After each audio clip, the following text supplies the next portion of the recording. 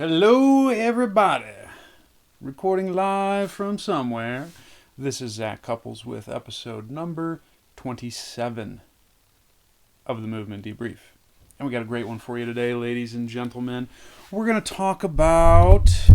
What are we talking about today anyways? Oh, we're talking about infrasternal angles. We're going to talk about cervical lordosis and lumbar lordosis, what I do about that, and we're going to talk about restoring shoulder motion. That is what is on the docket for today, party people. Before I go into things, though, a little bit of housekeeping. Did you guys see my blog this last week? This one, it was the official, or maybe, I don't know if it's official. Official? Yeah, sure. It was the official links post or monthly links post that I do, where I take all of the weekend goodies that I come across during the month, show you guys some cool hikes, some different thoughts that I've had, and I post them all there. If you want them ahead of time, because you want to be on the up and up and not wait a month to get them all, sign up for my newsletter, for crying out loud. It's on zachcouples.com. You get all types of cool stuff, which, by the way, you may want to sign up for that newsletter now, like today, because next week there's going to be some exclusive stuff released on Monday. It's for newsletter peeps only. I just recorded one of my talks. I'm about, oh man, the editing process is tough, but I finished like the handout. Like, I got a 21-page handout for this thing, and the video is probably going to be an hour and 40, an hour and 50 minutes after editing, but it takes a while. So, but it will be out next week. So if you're not subscribed to the newsletter, you definitely should be. Otherwise, you're just going to see the 10-minute preview, and you're like, oh man, that's so cool. Where do I learn more? Go to the newsletter. Otherwise, housekeeping. How could I forget this? September 15th, 16th, 2018. We are going to have Human Matrix. Whoa. We're going to have the Human Matrix out in Seattle, Washington. We might be releasing a little bit of stuff on that tomorrow, actually, so stay tuned on the interwebs. But yeah, that's going to go down in Seattle. I don't have the specifics in terms of location, but I know it will be in Seattle. We're still trying to figure out who we're going to open this up to. But if you're interested, just keep hammering me about it, and I will send you some things, updates as soon as I get more of those. Otherwise, that's it in life. I had a wonderful tea gives. Hope you guys had a wonderful tea gives. Had fried turkey for the first time, which is totally paleo. Just saying. And I don't know, it's amazing how fast that stuff cooks, but it was good. And incredible hike in Death Valley. You guys should check out Death Valley if you haven't checked out Death Valley. It's weird. There's really nothing like it that I've ever seen before in the United States. Salt fields way better than snow. Just my personal opinion. I've been wrong before, not in this case. So yeah, that was my life. I hope you guys are doing well. Anyways, let's debrief, shall we? So, first question is from Tim. Dearest Zach Daddy. I really like that, Tim. Tim emailed me this. Dearest Zach Daddy. Hopefully. Quick follow-up query regarding your most recent debrief. Having a tough time visualizing how folks with a decreased infrasternal angle would present and or what's happening position tone-wise. Seems as if the diaphragm can be flattened in instances of both increased and decreased infrasternal angle, and this makes my brain hurt. All right, Tim, great question. Let's try to not make your brain hurt so much. That could be problematic. You might have to go see a neurologist for that. So, infrasternal angles. What's the deal with them? Okay. So I have to give Bill Hartman a lot of credit for this. I keep linking that man. Daddy-o Pops. He's been very much a pioneer in kind of streamlining the process on this. And I like it. If there is one test that has been most impactful for me, and if, like, let's say I can only treat you in 5 minutes, give me like 8 minutes, 7 minutes. Yes, 7. Give me 7 minutes, and I can only do one test to guide my decision making. That's going to be the test. And the reason why I think it's so important is because the infrasternal angle is related to two compartments of our body, the thorax and the abdominal region, and there's obviously a lot of muscles involved in that. So what are we looking at with that? According to the classic literature, based on some of the stuff that I've been kind of skimming through on that, it's supposed to be a test of oblique length tension relationships. And so we can use the infrasternal angle as a proxy to help us kind of estimate what position the diaphragm's in. At least that's what I'm thinking about anatomically as I'm doing this. Now, is that actually the case? Who knows, right? But at the worst case scenario, we can use this somewhat as a proxy of abdominal muscle tone. And so, infrasternal angle. Normal, 90 degrees. Okay? If the infrasternal angle is 90 degrees, that seems to be a good position for all the abdominal musculature to create a zone of apposition, which, if you don't know what that is, that would be the amount of diaphragm tissue that is adjacent to the rib cage. Okay? So more, generally better, because then you can get fuller excursion of air. So if we got a 90, diaphragm can maximally dome, we have a good zone of apposition. All right, now here's where things get a little bit interesting. So let's say this is my diaphragm, my fingers, and wrist bones, these guys right here are the ribs.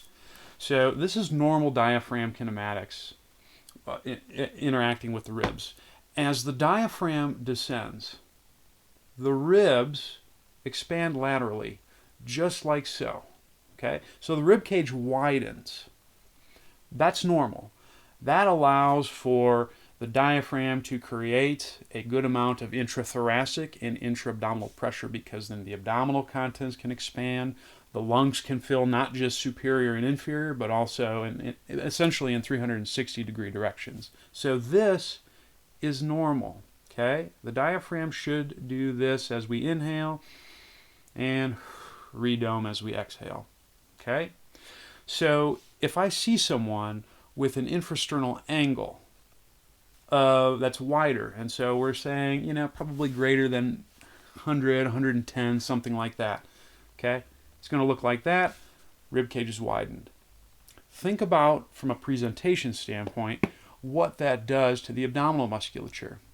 As the diaphragm descends, the abs, so external oblique, internal oblique, transversus abdominis, rectus abdominis, all these bad boys are lengthened because their attachment at the rib cage is pulled apart. And so they can't generate an effective contraction, or at least they're more eccentrically active in that case when the infrasternal angle is wide. All right? We're doing okay so far. So, now watch this. Watch what happens if, let's say, I need a large amount of air, say I'm hyperventilating or I'm anxious, or hyperinflation is a necessary adaptation as determined by needs. Well, I can do this. I can descend that diaphragm further and watch what happens to my ribs. Remember, these are my ribs. Rib cage comes back in. Okay? As the rib cage starts to narrow again, the external obliques pick up leverage, and they compress the rib cage in further. So essentially, what you get, at least this is what we think, is when this happens, the diaphragm is stuck in a descended position, and it can't ascend because of excessive abdominal muscle tone in the frontal plane picked up by the external obliques. So that's why their infrasternal angle might appear a bit more narrow. It's still a descended position of the diaphragm. It's just a matter of degree of descending when we're looking at someone wide versus narrow. So those are two presentations of the infrasternal angle. There is a third. Now remember, guys, we're asymmetrical human beings. We got a heart on the left, we got a liver on the right, and if you look at some of the literature, and I will link this, pre-existent rotation and stuff like that, but there's a decent amount of literature showing that based on this asymmetry of the internal organs, that our bodies have a bit of a tendency to be in a particular position in terms of spinal curves. So per the literature, and there's a couple of studies done in spine, and actually I think they were all in spine, we have a normal rotation to the right in our spine. We have a normal right side bend in our spine. That's normal. We all have a slight degree of scoliosis secondary to that asymmetry in the internal organs. Because the liver is underneath the right diaphragm and the heart is above the right diaphragm, you're more likely to see a wider infrasternal angle on the right side because that's a little bit more domed, right? But it may flatten. Tim, how you doing today, my guy? And on the left side, that can flatten a lot further because I got the heart kind of pushing down. So you're more likely to see narrow on the left. So occasionally you will see an asymmetrical infrasternal angle, and it will look like this. This being my left, this being my right. All right? So those are kind of the three types you're typically going to be exposed to. Now, will you see other things? Yeah, absolutely. I mean, I won't rule out that there's a multitude of other possibilities. I'm sure that it exists that you could see, the left being wide and the right being narrow. I haven't seen it since I've been looking at this more, but again, I haven't really been diving into the ISAs until really this year. So it's all possible. So how do we treat things? Glad you asked. Tim, here's what you do. Hang on. Did you guys just start or finishing? NBA 8340. We just started, fam, so tune in, listen in. Okay. So, how do we treat this? Let's start with the wide first. Okay. So, remember, diaphragm descends, ribs are going out. Abs are pulled a little bit long. It is imperative for us to get abdominal tension to close that angle. So, while external obliques in the narrow case are kind of the enemy, so to speak, they will be our friend for the wide infrasternal angle. And so what we need to do is we need a forceful exhalation. If you look at the literature in terms of how they determine EMG, many cases of like the obliques, they will use a forceful exhalation to get a maximum voluntary contraction. We need maximal contraction of those muscles to help close that angle and allow the diaphragm to redome. And so, forceful exhalation, I like throwing the arms overhead as well in this case. And the reason why that is because as the arms go overhead, hopefully y'all can see this, we'll go tall kneeling. Hashtag developmental kinesiology, bitches. Arms overhead, you see how my ribs kind of come up? Well, think about what that does from a muscle spindle standpoint, especially if I'm someone who, maybe is like a kind of floppy kind of person and I have abs that are more eccentrically oriented to begin with, or muscles. Well, if I put them on further stretch, I can get a contraction elicited via the muscle spindles. So I stimulate those to help close that angle down. And so arms overhead, big deal, right? So I do those two things, forceful exhalations. Hopefully that normalizes the infrasternal angle to 90 degrees. So that would be first tier treatment for a wide infrasternal angle. If you have any questions along the way, please fire away, or if I'm not being clear in my explanations.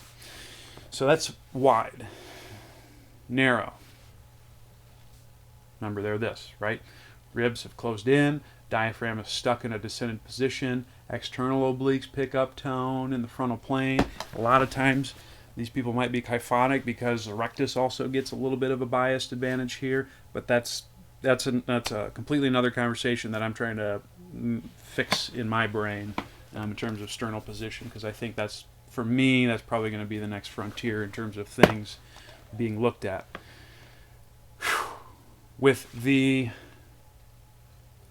narrow infrasternal angle, I got to kind of be sneaky in allowing this to raise up, because if I go forceful, remember I already have overactive external obliques, I likely have an overactive rectus in this case. So if forceful contraction is not going to help me, because the diaphragm is going to be stuck in that descended position, I'm going to have air stuck in the lower portions of the lungs.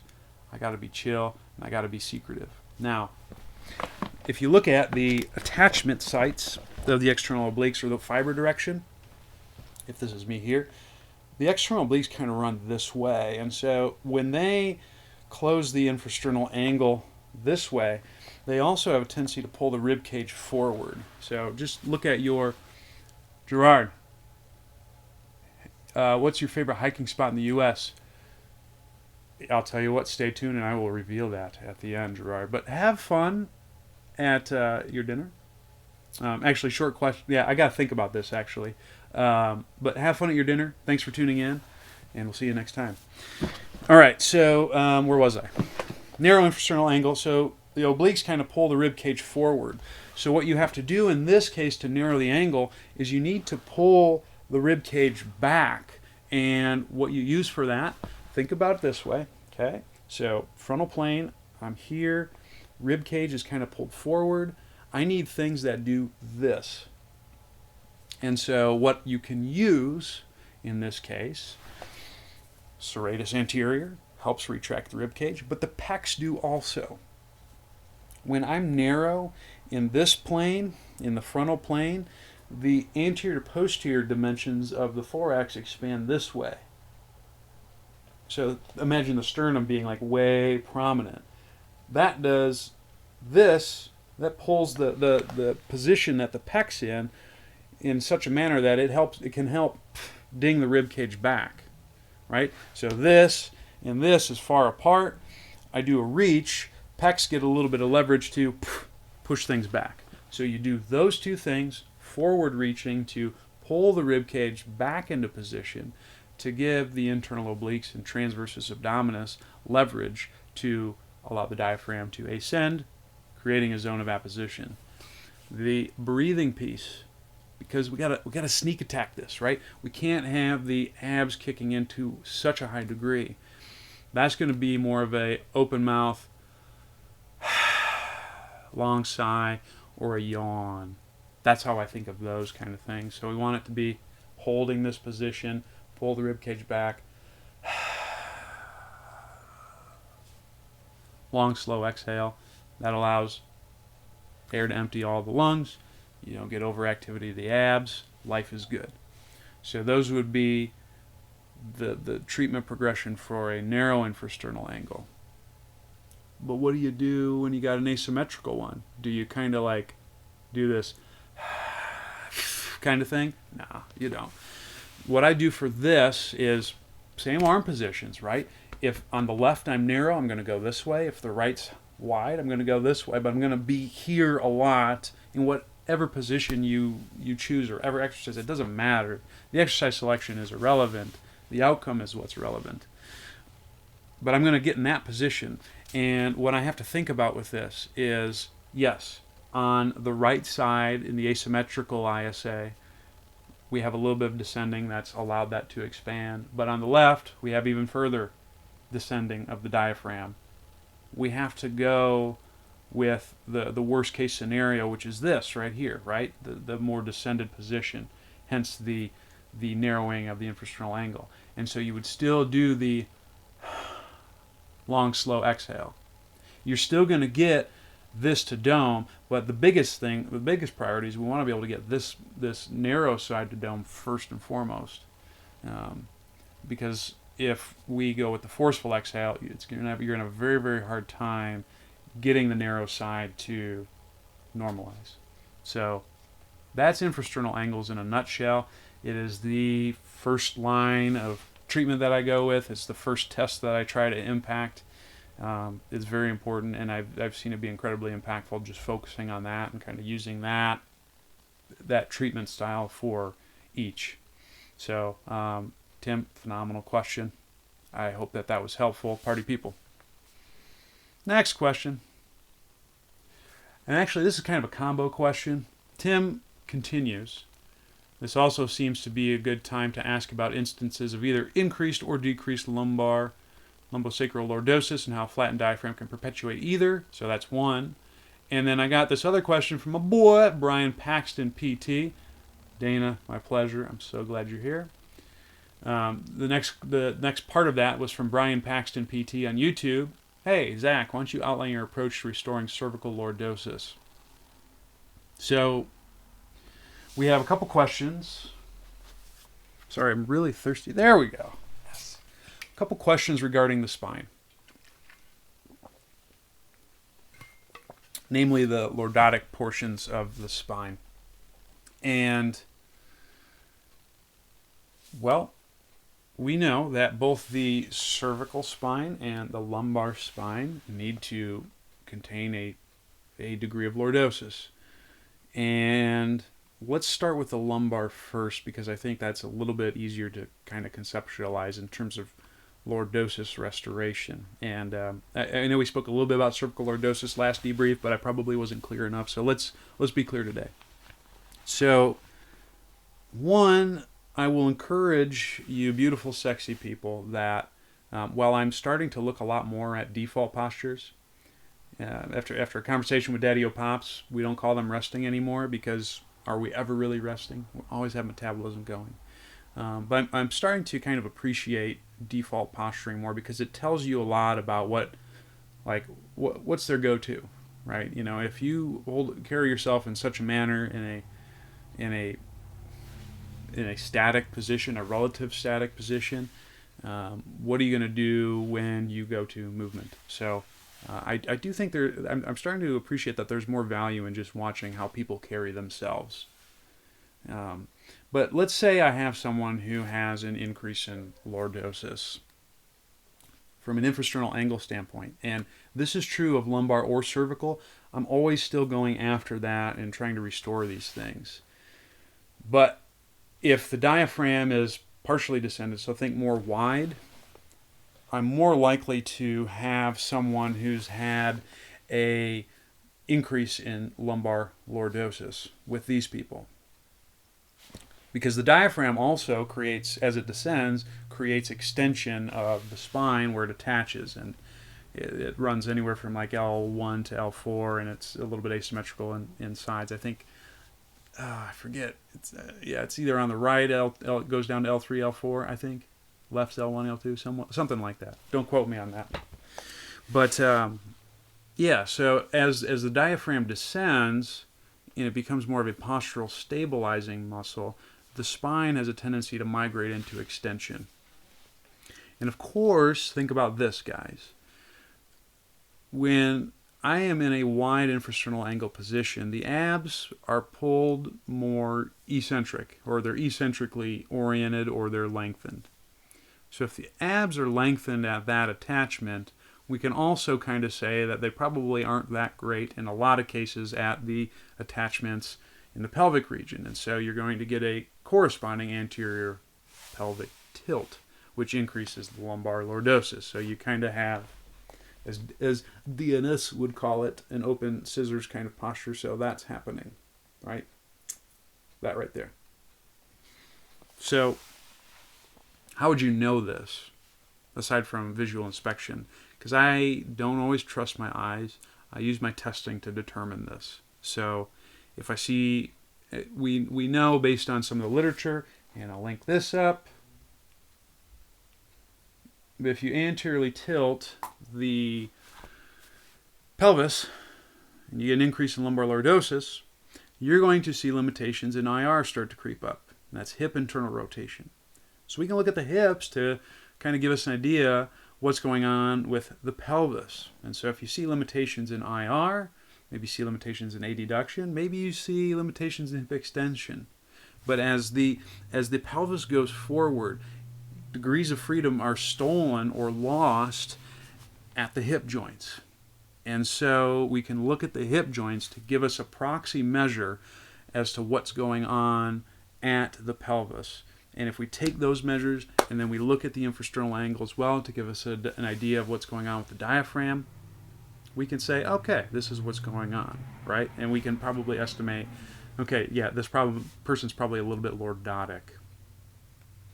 What do you do about that? Glad you asked. Simple.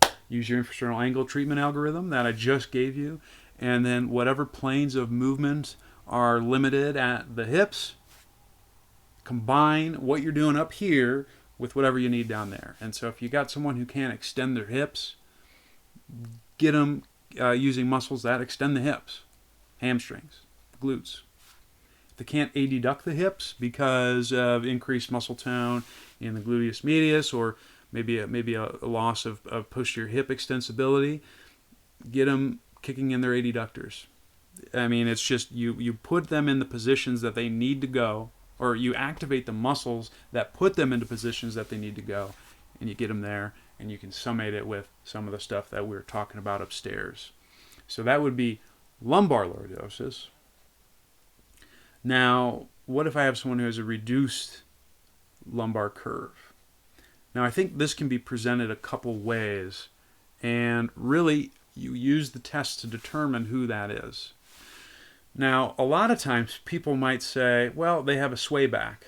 And sometimes I find that inherently incredibly false. And here's why. I can fake a sway back. You want to see? Hopefully you guys can see. Okay, so I'm here. All right, so I'm going to do my best J-Lo pressing. And as you can see, I probably have a little bit of an increase in lordosis. That's really uncomfortable. And they say posture doesn't matter. So I'm here. Okay? Watch this. I'm going to get into a sway back position. You see what I did there? All I did was squeeze my cheeks to a very high degree. I still put my pelvis in an anterior pelvic tilt position. But when I, as Diane Lee would call this, become a butt gripper, I tense my glute max muscles, or my glutes and my posterior hip muscles. It appears as though I'm sway back, but I'm not. I'm in a position of extension still. It's just the pelvis has translated forward, secondary to glute hyperactivity, to fake a sway back. That's different than me doing this. You see how I got a little bit of a posterior tilt and then I'm kind of hanging out here? That's a little bit different than this, even though they look very, very similar. Absolutely, Dana. Absolutely. Dana, the butt gripper extraordinaire. So that's why you got to be a little bit careful with visual inspection, because those two look very similar, but you couldn't treat those things the same way. And so what do you look for with these? Look at your hip tests. If someone does that anterior pelvic tilt and then translate forward, think about it, guys. Glute max is an external rotator, among other things. You get an increased activity of all the external rotators because that's what I did to get there. That external rotation in an anterior tilt position does that to the femur, so it translates everything forward. So likely, these people will have an even further reduction in hip internal rotation based on the overactivity of those guys. So check hip IR. Check your hip tests. If they have limitations that maybe are similar to the lumbar lordosis scenario that I talked about before with the big anterior pelvic tilt, that's the position that they're in, regardless of how they look like with their default posture. And how would you treat it? Same thing. Like look at your testing, whatever you use down there, and drive them into positions that they need to be able to get into. So that's that. Now, how would the posterior pelvic tilt present? Because sometimes I get someone who's got a narrow infrasternal angle, like this guy, right?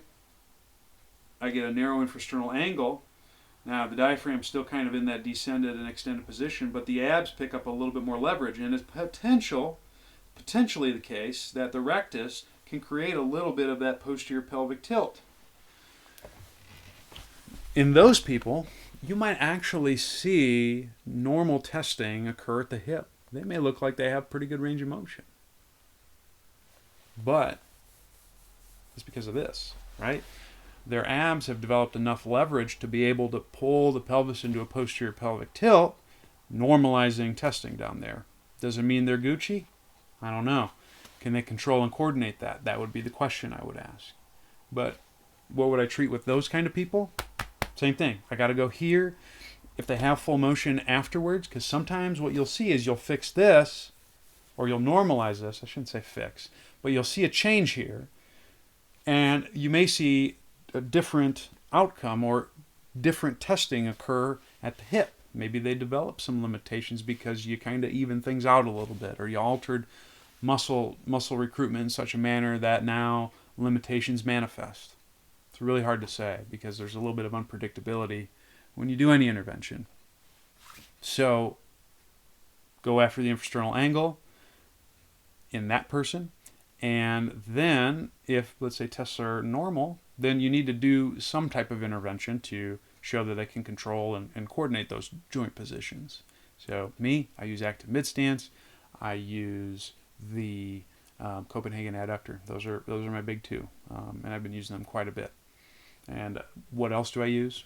A lot of the basic movements. I see if people can squat. I see if people can deadlift, do split squats, all those things. Like, all of that matters. You just need to make sure that they can get into these joint positions passively, or they have the degrees of freedom to get in these joint positions, and then find a way to see if they can kind of coordinate all that motion that they have. Because as the great Lucy Hendricks once said, with great mobility comes great responsibility. So that would be lumbar lordosis. Now here's the cool thing. Cervical lordosis. If you do take care of most of this stuff that I was talking about with the trunk and the hips, a lot of times that's going to be fine afterwards. Because spinal column's kind of like one thing, you know? And so if you move pieces below there, that's going to impact what happens up here. And I see that quite a bit. And the more that I've emphasized going after normalization of motor control in 3 planes and variability of this, I rarely have to do things up here. But let's say you do. Okay, let's say you've cleaned this up. You still got some problems here. What I do in that case is this. We have to give them activities that help restore lordosis. And so if I have someone who's lost lordosis, typically you're going to get activity in the SCMs, pushing things forward.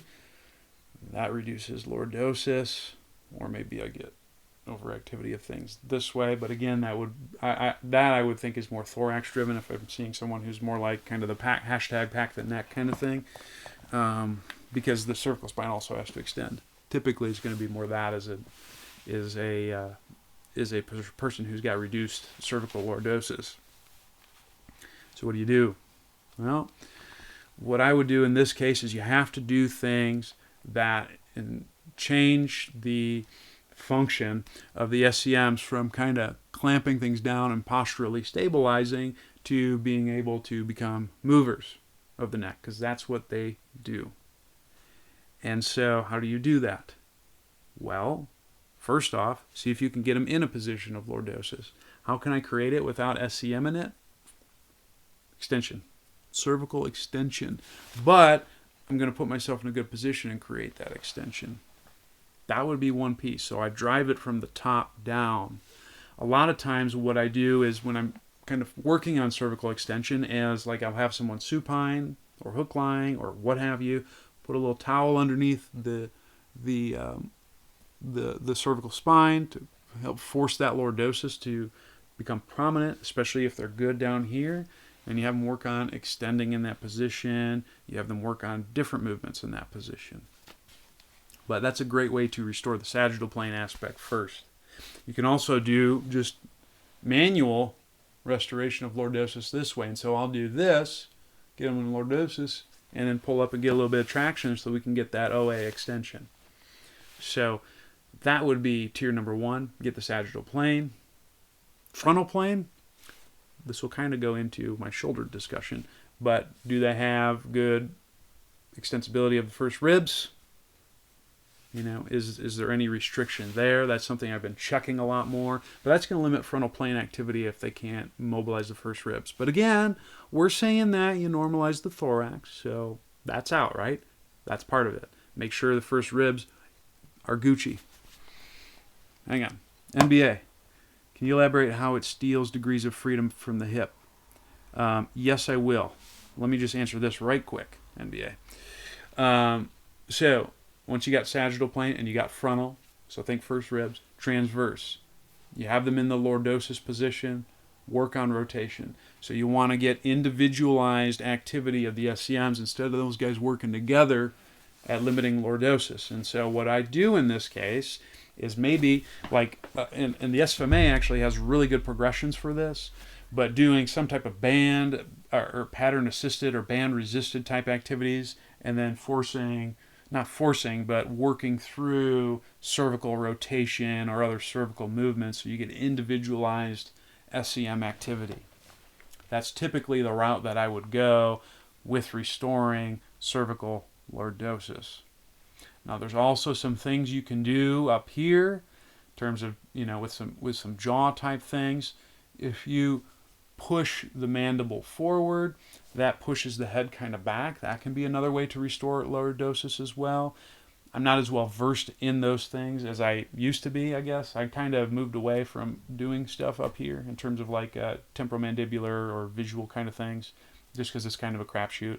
If you want to learn more, though, I mean, PRI has some stuff on that, and I'll link that stuff in the show notes. But you may want to check that out. But I've been trying to figure out ways to go around that because it just seems as though that I have less reliable outcomes when I've done that. So that's just my opinion. That's kind of where I'm at right now.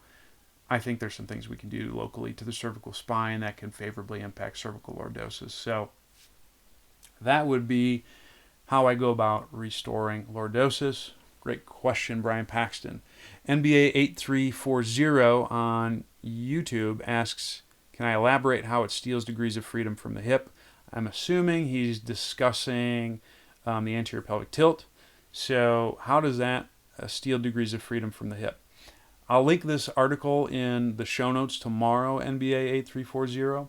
But the reason why it steals degrees of freedom from the hip, much love, Lucy. The reason why it steals degrees of freedom from the hip is, if you look at the research, if you anteriorly tilt the pelvis, internal rotation is reduced at the hips.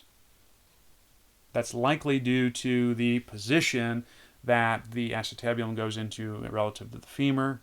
So if the acetabulum is a bit more forward, that may block the femur's ability to internally rotate and to some extent. Now, how is that actually going on mechanically? Who knows, right? Because a lot of times, if you look at the way mechanics are measured, even though we kind of think of them in a particular way, it's very, very idiosyncratic. So all I can safely say at this point is it seems as though there's an association with anterior pelvic tilt to a degree and loss of internal rotation. And so, if I'm losing degrees of freedom in the transverse plane of the hips, I likely have to lose these degrees of freedom as well in the frontal and the sagittal plane as well. So if, for example, pelvis is tipped forward, it's going to be harder for me to extend the hip because of increased activity of some of the hip flexors. I may have a limitation in a straight leg raise present because the hamstrings are pulled long, the proximal attachment, right? Because if my thumbs are the ish tubes and I do this, that pulls the hamstrings up this way. Try a straight leg raise, you got a limitation. So that would be how that position could steal degrees of freedom from the hip. So that's probably the best way that I can elaborate on that more within what I know from the evidence. So good question, NBA 8340. Last question comes from Alex on Facebook. Alex asks, you've talked a lot recently about going after the hamstrings to restore knee extension post-surgery, which I found really helpful. Glad you did. In the context of post-operative shoulder stiffness, marked loss of left shoulder external rotation with at 652 post-reconstruction. I'm not sure what that means. Okay, after a grade 4 AC joint separation, what exercises or principles are you using to get after this beyond ribs and hamstrings, if any? That's a great question. It's a really good question. So, Alex, what do you do? What do you do for someone who's got a stiff shoulder? It's great. So let's assume that you've addressed everything that I've talked about before. So you've addressed infrasternal angle, you've addressed the pelvis, and we don't even have to go there. You've addressed the infrasternal angle. The way it works is kind of like you know those, I think it's like the Russian dials where you have a smaller one, and then in that one, like you have the big dial, and then there's a smaller one, smaller one, smaller one. The first dial would be the infrasternal angle. Do that, check your shoulder motion. Are we good? Yes, cool. We did the right thing. If we're not, then we got to move on to the next layer. The next layer of that for me would be addressing the rib cage. Okay, because the way I operate, or at least my thought process, is to go as axial as I can and then slowly work my way out to the appendages. Because we have a lot of muscles that impact the shoulder that attach in these areas. And if I am not moving effectively there, it's going to be really hard to change things here, especially if these things are respiratory driven. So, you got the ISA. Next thing I'm going to check, ribs, thoracic spine. Can they rotate their thorax? So I'll look at seated trunk rotation. Research out there shows seated trunk rotation, if you do isometric, that increases activity of the intercostals, depending what direction you go and depending which intercostals you measure. I believe the external intercostals are ipsilateral rotators. Wait. Think about this, Zach. Internal intercostals are ipsilateral rotators. External are contralateral rotators. They actually mirror the obliques. How about that? Something to this and anatomy and all that. So if you can't rotate the thorax effectively, potentially have an intercostal problem. And so what do? I do activities that help get the intercostals to work or relax in such a manner that trunk rotation is restored. So whatever you got for that. What I use personally is I'll do basically intercostal type stretches on either side, various ways. It doesn't really matter. I'll have them do it manually with an overhead reach. Doesn't matter. Like I said, that doesn't matter what you do. What matters is your outcome and that you change whatever tests you find meaningful. That's what I find meaningful. So you've done that. Now what? You're not done with the rib cage yet, fam. I've been doing a crap ton with the first ribs because those guys have to be mobile as well. And so if I have overactivity of the first ribs, or the muscles that attach to the first ribs, problems, fam. You're going to have a hard time moving your shoulder because guess what? That rib and the ribs below that will impact what goes on from a shoulder standpoint. For example, I have a woman right now. She is post-op rotator cuff. She had a rotator cuff repair, and Mike Reinhold's article actually made me really think about this woman. She did not have any post-operative care for the first 6 weeks. Doctor said no. So we're dealing with a little bit of stiffness. And so we're able to get this chica to a 90 ISA. Still has marked limitations, not just on her involved side, which is her left side, but also her right side. And so I did that. I got after the intercostals. We got trunk rotation back, still limited. And I'm like, what's going on? Do I need to kind of crank on this shoulder a little bit? But I thought to myself, did you really rule out the rib cage? The answer was no. Looked at first ribs, limited on both sides. I couldn't get hardly any excursion. You could potentially look at cervical side bending if you don't test or trust your palpation skills. Something I haven't thought of. I actually just kind of thought of today. I just haven't been looking at it on a regular basis, so I can't associate the two yet. Stay tuned.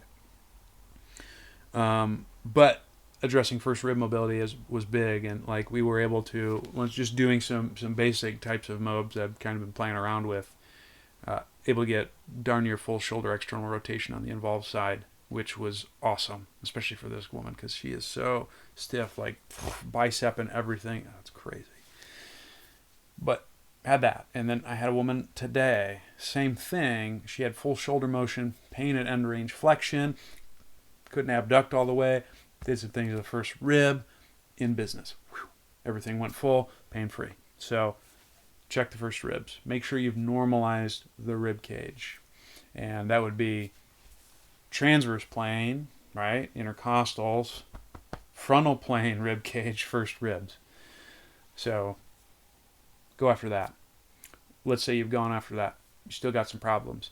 Then I'm starting to look at scaps. And you can use your shoulder motion testing to kind of help you figure out what position or what the scaps are doing. If you don't trust your eyes, I don't trust my eyes. I look at default postures and then I confirm with testing.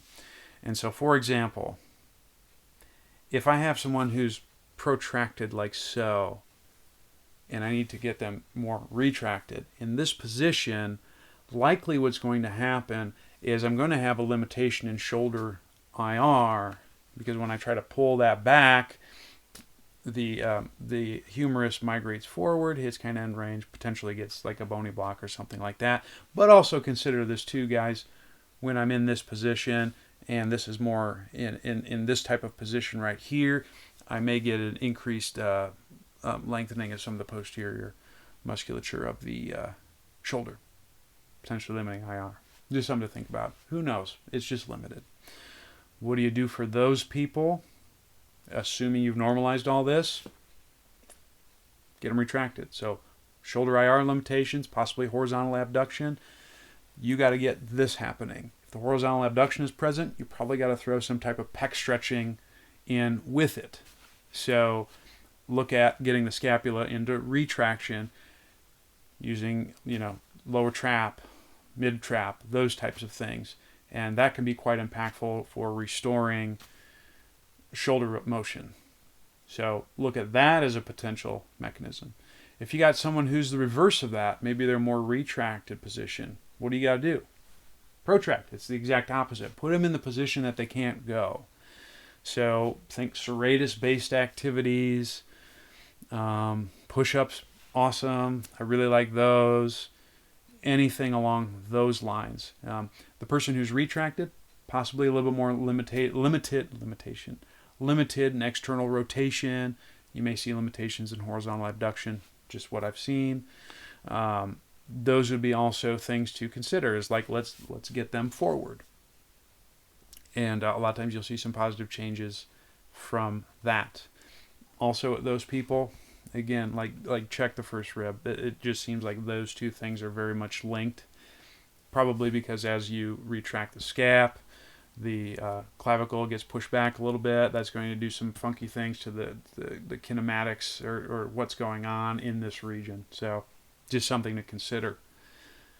Once you've done those things, another thing to consider, and something I've been kind of noodling with a little bit, and again after discussions with Bill, because we had a couple peeps who sometimes you see multi-directional limitations, because if you go into either direction too far, you're going to get multiple multi-directional limitations at the shoulder joint manifesting. But what if you see someone who's kind of more retracted and up? That's something interesting. I got a guy right now who I think is that, and we're playing with some things to see if we can restore his motion, because he's got some limitations multi-directionally.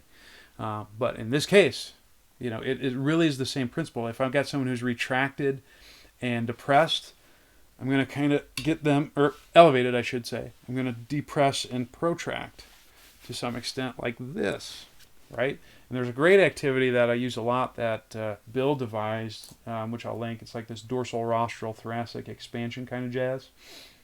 And that is money for that.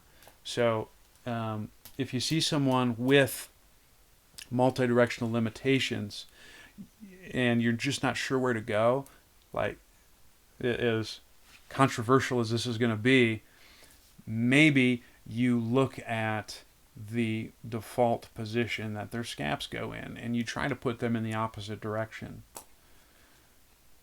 After I've done those things, after I've addressed things sequentially, then what I'm going to do is, if there's still some limitations present, then maybe I have something local at the shoulder that needs some type of local type of stimuli.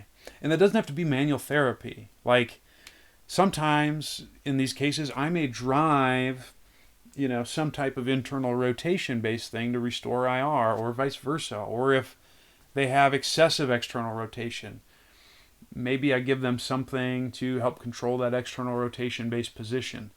Those are the type of things that I'm looking at. So you look at the position that the shoulder's in. And so it's just boom, boom, boom, boom, boom. And then hopefully you're golden. So that would be kind of my algorithm, I guess, for going after restoration of shoulder motion. I'm finding myself, especially after some of these post-operative cases, touching the shoulder a lot less, and that seems to be impactful. So I really think there's something to addressing everything else before you go there. That's just where I'm at right now. It's always subject to change. But yeah, that was a great question, Alex. Does anyone else have any questions? Otherwise, I think that's a good stopping point for tonight, because, man, we've talked for an hour almost. Wow. Oh, there is one last question. Gerard on Instagram asked me, what's my favorite hike in the U.S.? Oh, that's probably the hardest question of the night. But, so for those who don't know, one of my goals in life is to hike all of the national parks in the U.S. Now, like, there's 400 and something national parks if you count, like, the monuments and all that. But, like, you know, and that's cool and all that. Like, some of the monuments are sweet. Rainbow Bridge. Wow, like, unbelievable. So, like, if you're ever in Page America, come hit me up first, but also check out Rainbow Bridge. But, like, the parks, the physical parks. So, like, your Grand Canyon, your, you know, Zion, your Yosemites, your, like, those kind of places. That's one of my goals in life, is to see all of them. And I think I've seen 9 so far this year. I've been getting after it, and I got a few more planned this next month, so hoping to see plenty. But my favorite hike is a toss-up. And it's a toss-up between 2 national parks, and it's either Zion, which is in southern Utah, or it's Yosemite. There's just such a huge variety of topography to see. It's just, there's nothing like it. And I feel like at those two, and maybe it was just how I did the hike, but I got after it at both of them. Like, I put Zion, I probably put 15 miles in hiking in a day, and then I was like 18 at Yosemite, and there's just so much to see. It's just absolutely beautiful. You know, they both have rivers. Like, Yosemite has falls that I saw. I mean, it's really cool. The only downside about those parks is there's a lot of people. Yeah, that's no fun. So sometimes you got a little bit of a waiting game to get into them. But those would be my favorite 2 hikes. Underrated hike, though, would be Capitol Reef, which is also in Utah. Comparable, well, not comparable, but I would say just maybe a slight tier below.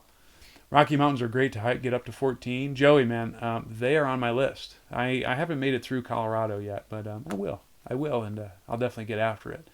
But guys, Capitol Reef, so underrated. Very pretty. It's like a similar setup to like a Zion or Yosemite. Just a really good hike, and there's not a lot of people there, which was really freaking cool, because it's like, man, you could just hike wherever. And I put in 13 or 14 miles that day. Maybe it was 15, I don't know. I have to look back on my ring. But yeah, if you get a chance, like during a week, go check out Zion, go check out Yosemite. Those are really good. Death Valley this past week was awesome too. NBA 8340, you have a good one too, my guy. But yeah, those would be my 2.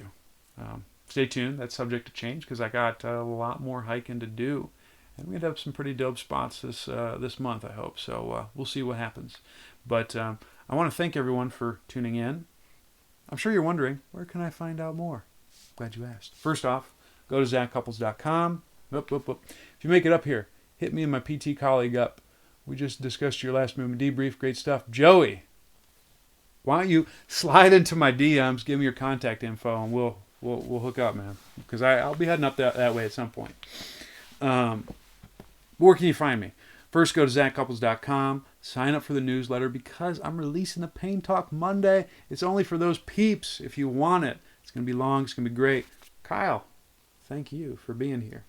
It's going to be great. So go ahead and sign up for that. Also, I offer some services on that site. You can hook up with me for a movement consultation, where I look at your movement capabilities. We address some things. Maybe we get you a little bit more mobile for your gym activities. Maybe you're a little toy and you want to loosen up. Or maybe, you saw a couple PTs, yeah, and you just want like a fresh set of eyes. Not that this is PT, but you want a fresh set of eyes to maybe see if there's some other things you could address. I can be that guy. Also, if you're a trainer and you don't have a PT guy or gal around you that's like, yeah, I want someone who can kind of help increase my peeps' movement capabilities. I work with a few people, and we do some cool things with their clients. And I'll tell you what, those go pretty well because they do the testing for me, and I can intervene accordingly. So it's a pretty sweet deal. I link to my peeps all the time, but Lucy and Dave out of Enhancing Life, Dave Rasco out of Method Strength, my boy, which, by the way, he's hosting, I'm going to be hanging out with him in like a week or something like that, 2 weeks. We're going to Pat Davidson's seminar. It's going to be pretty sick. So it's in Austin. Go ahead and check that out. Also, my boy Andy McCloy, he's a good people in Alabama. I work with those guys, and I'm working with a little bit with Trevor Lassar, my man. So it's been cool hooking up with those people. If you want to join the party, hit me up on ZachCouples.com.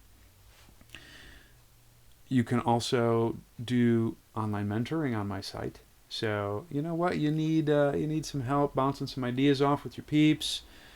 You need some help discussing some concepts like we discussed today, but you want it a little bit more in depth. You want it a little bit more personal. Hit me up. I will mentor you. I will be your Yoda. I'll even wear green. I won't wear green. Well, I'll wear green, but I won't do any painting. Potentially I'll talk in Yoda's voice, but I will tell you it's not my best impression. I have other ones that are better. So hit me up for that. Also, you can, if you want to do some online fitness training, I'll do that as well. My places where I would say, hey, go work with Zach. Post-rehab, athletic performance, fat loss. Those would be the big three that I could probably help you with. So hit me up on that. I'll write your programming every month. You'll get personalized stuff. You'll get cool videos. You'll get to contact me on a regular basis. Life will be good. You'll get jacked. You'll be better at life. So check those out. Aaron, much love. I'm glad you're here. Once you thoroughly scoured ZachCouples.com, then you probably want to check me out on social media. First off, Facebook. Facebook.com/ZCouples or Zach Couples PT. Hit me up there. That's like my professional page. So we got that. We got that Instagram, baby. Instagram.com. Zach, Z-A-C Couples, C-U-P-P-L-E-S. I'm also on Twitter.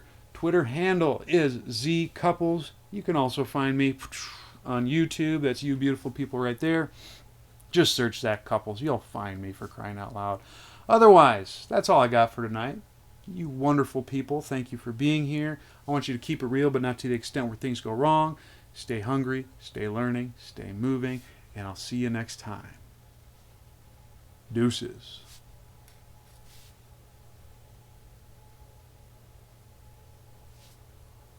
Yeah, guess we're not ending, huh? There we go.